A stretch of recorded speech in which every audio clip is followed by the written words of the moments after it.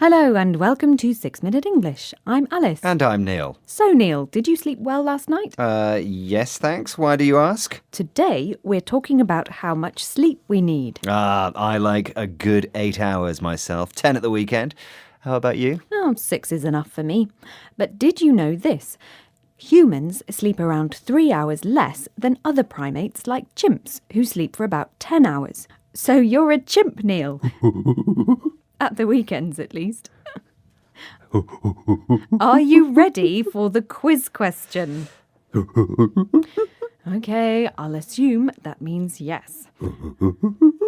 Right, what's another word for sleepwalking? Is it A, narcolepsy, B, restless legs syndrome, or C, somnambulism? I will go for B, restless leg syndrome, since there's a connection with the legs. Well, we'll find out whether you're right or wrong later on in the show. So, what keeps you awake at night, Neil? Not much, to be honest. I usually sleep like a log, and that means very heavily indeed. But sometimes my own snoring wakes me up, and then I can find it hard to get back to sleep. Snoring, for those of you who don't know, means breathing in a noisy way through your mouth or nose while you're asleep. Like that. How about you, Alice? Very good, yes. Well, that's quite ridiculous. Anyway, for me, it's drinking too much coffee during the day.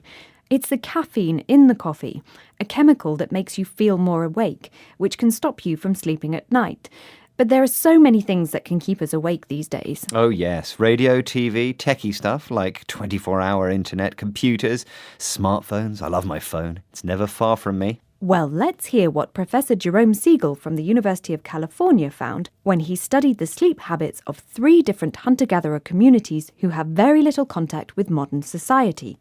They don't have artificial light, electricity, batteries, or any of the gadgets that we rely on today.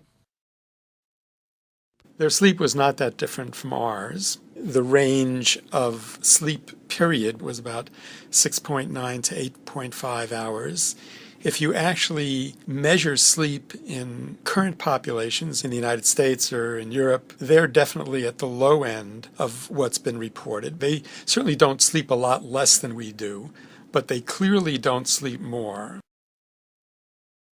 Professor Jerome Siegel found that people in these communities don't go to bed until several hours after sundown, just like us. But one big difference is that very few of them suffer from insomnia, which means having difficulty falling asleep and staying asleep. Now, I don't have a problem with insomnia, and hunter-gatherers, people who live by hunting animals and gathering plants to eat, don't either. Probably because they take a lot of physical exercise during the day. Yes, that's right. Taking exercise is an important factor in sleeping soundly or well at night. But these days our minds can be so active that it becomes very difficult to fall asleep. Let's listen to Professor Kevin Morgan from Loughborough University here in England talking about how cognitive behavioural therapy can be used to help people with insomnia.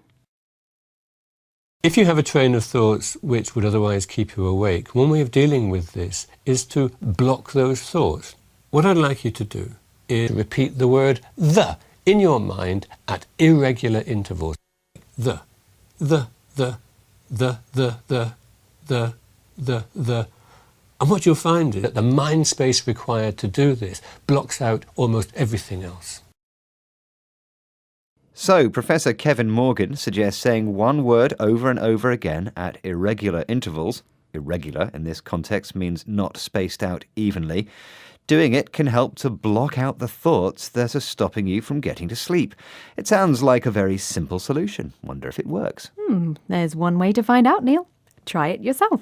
I will. Okay.